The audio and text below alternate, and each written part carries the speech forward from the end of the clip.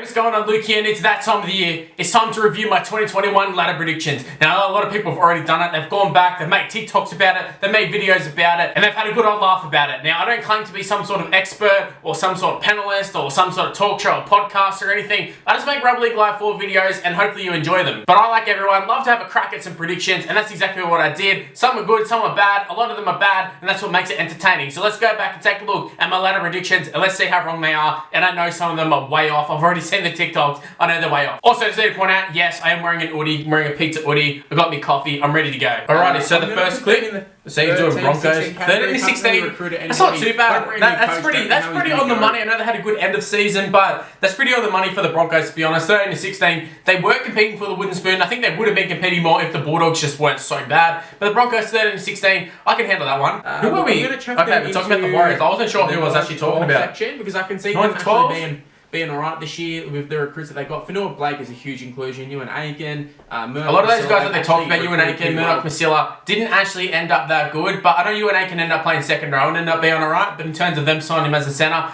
didn't really find his feet until the end of the season. But the rest of them, though, are okay. Adam Fanua Blake spent a lot of time suspended. Decent little season for the Warriors. I was pretty spot on with that one. West Tigers, 9 to 12. West Tigers. I'm going to chuck him in there just because it's funny. I'll chuck him in because every single year. You got it. I know they finished way below 9th, but you just got to do that. You got to do it for the lulz. You just got to do it. I know this is bad. I know this one's bad. I'm actually going to chuck him in. Oh, no. 2 to 4? It sounds weird. 2 to 4. John Bateman. Yeah, John Bateman left.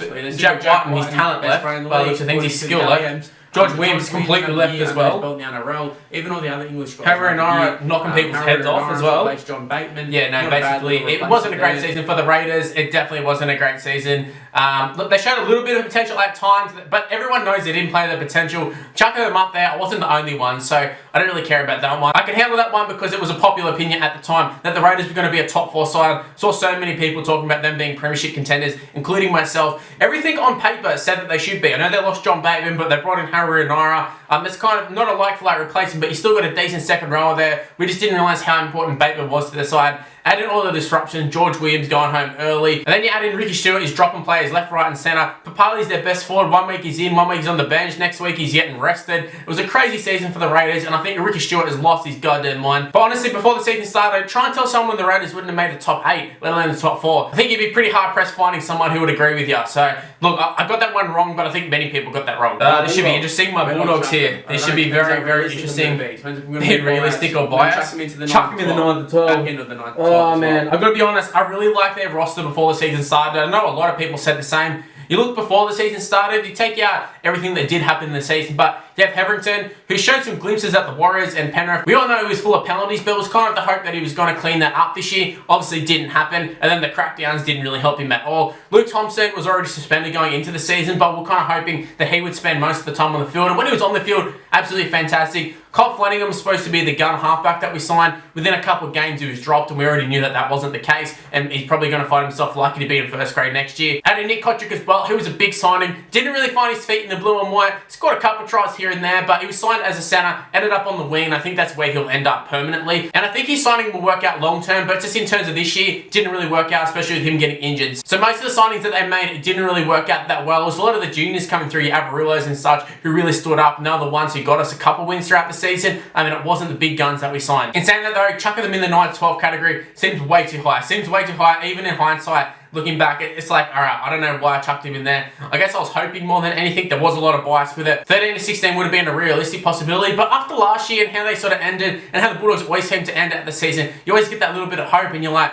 surely next year they just do a little bit better. And especially considering they didn't get the wooden spoon last year, and I thought they had a better roster this year, at least going into it. I figured, oh, well, at least they're going to be not pushing for the 8, but they'll be in that 9 to 8 category, hopefully, but wasn't meant to. I'm seeing the Panthers. Oh, who we are next? Penrith. Doing Penrith. Where did I chuck them? 2 to 4, category 2. 2 to 4? I might chuck them up. Oh, in second. Okay, that one I got really on the money there. Really on the money. I'm actually surprised about that one because I figured that I would chuck Penrith further down, especially considering I usually chuck people who play in the grand final and I go, oh yeah, they're going to have a downfall this year. I'm sure when we get to the Storm, that's probably what I did. They actually won it. Penrith I feel like they would have lost the motivation. But obviously that wasn't the case. They started off the season strong, huge winning streak. Obviously it did come to an end, and Origin really cruelled their season to a degree, but they've come on strong at the end. And they did end up finishing second, so that's the one I've actually got perfect. I literally got it perfect. Storm. I'm expecting them Storm, they're a next. little bit. Karen Oh, Smith, I don't no. think they're valuing Oh, Karen no, Smith what am I enough. gonna They're all say? saying Harry Grant. Yep, Storm just going to hit the ground running. Harry Grant, obviously he's injured to start the season. Brandon Smith gets a chance. I do really rate both those players, but Cameron Smith is Cameron Smith. He's next level.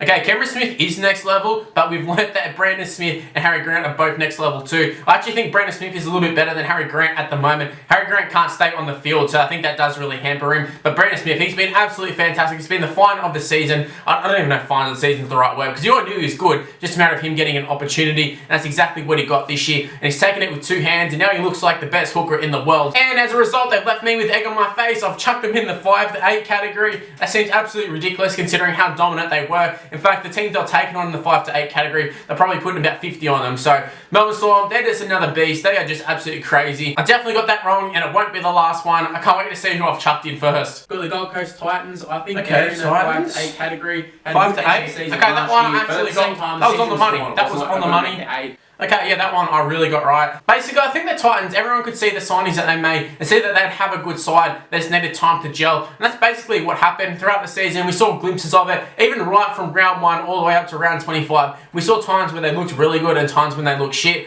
Their marquee man, David Fafita, he's ended up on the bench. So I think that sort of says a lot about the Titans season, that they've been swapping and changing plays left, right and centre and trying to find the right combination. And even up until the finals, they still haven't found the combination in the halves. So even though I was on the money with this one, I think it was just more due to luck, because the Titans just lucked into the top 8. I know results went their way and they ended up finishing in the top 8, but easily could have been in the 9 to 12 category. So I did get that one right, but definitely at stages they played like a 9 to 12 side. Sometimes even played like a 13 to 16 side. Alright, who's next? Para. Okay, did Para. 5 to 8? Okay, nailed that one. Absolutely nailed that one. I think they finished 6. I can see them sliding down. Yeah, they definitely did slide down. Finished in top 4 last year. Didn't really sign anyone. Actually, they did sign a few players. Papali'i ended up being signing of the season in my opinion. At least value for money wise. I thought he was incredible. But apart from that, pretty much had the same side, so it kind of fits that they're going to either stay exactly where they are or slide down a few. I couldn't see them getting any better. However, they have made another final series, so good stuff, Para. I got that one right. Okay, this is the lengthy clip. I can already see this being a lengthy clip. Talking about Manly, this is going to be a good one. 13 to 16. Oh my god. Contender.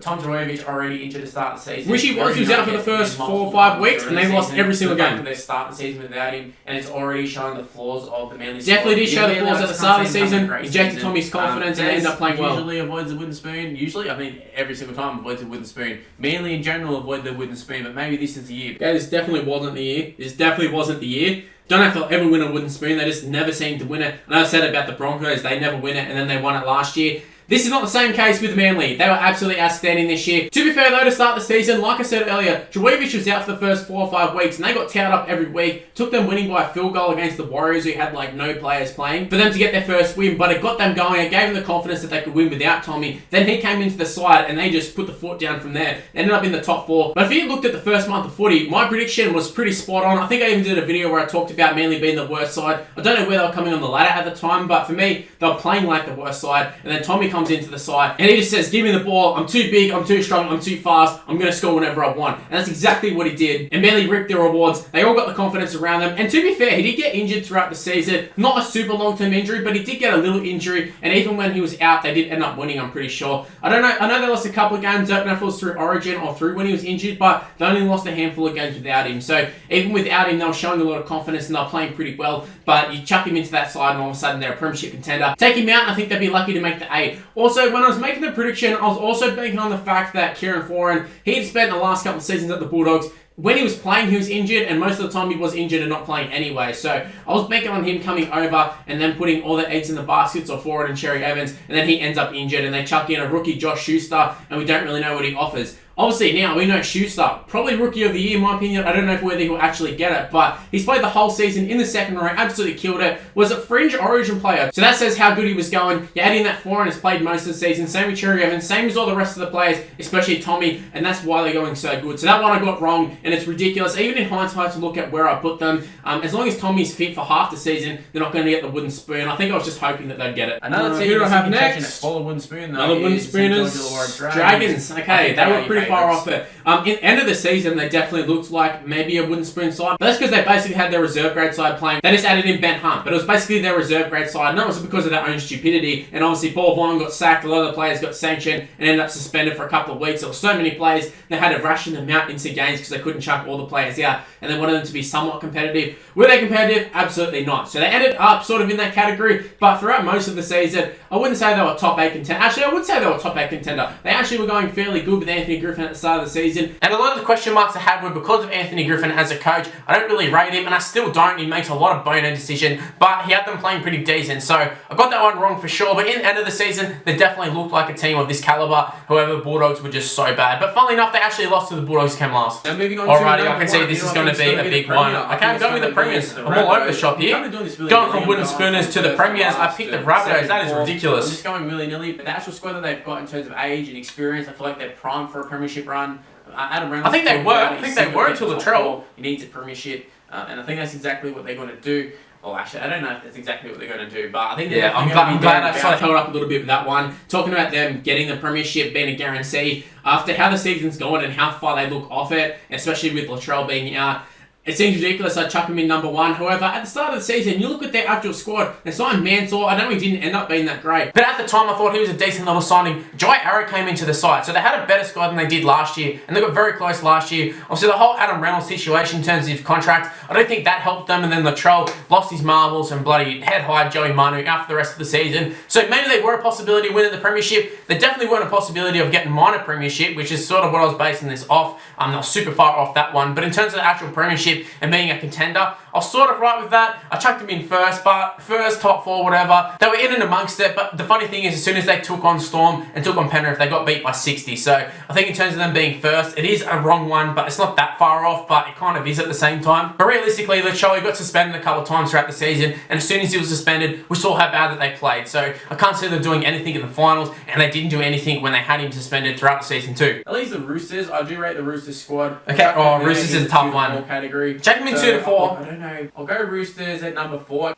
Okay, I had Roosters at number 4. That one I don't think is that far off. Obviously, going into the last round, they nearly finished in the top 4. You add in all the injuries they had. When I was making this prediction, I was still thinking Jake Friend's going to be there, Boyd Cordner's going to be there, Luke Curie's going to be there, Brett Morris is going to be there. They had so many players who were either injured or retired. It was absolutely ridiculous. Even guys like Hutchison went down. Lachlan Lamb went down with the knees. Josh Morris got injured. Joey Manu's injured now. They have countless amounts of injuries, and yet they still find themselves on the brink of the top 4 and can still be a threat in the finals. I don't think they're going to win it, but they can still be a threat to a lot of the sides, and they're a tough game. You don't want to play the Roosters. So for that one, I did technically get it wrong, but I think a lot of people would have got it wrong. And I do think if the Roosters were full strength, and they started the season absolutely fantastic, you forget how good they were actually playing. Brett Morris was scoring for fun. The Roosters were just scoring for fun. And then obviously they came up against the Rabbitohs, and then Luke Keary went down, Lachlan Lamb went down, and that was the start of it. Victor Radley's also another one who's ended up suspended a lot, so they haven't really had a full strength side since the start of the season. If you look at the form from them at the start of the season, they were definitely a premiership contender, and in my opinion, they definitely would have got top 4. There's no way they wouldn't have. So Roosters got it wrong, but it was due to the injuries. And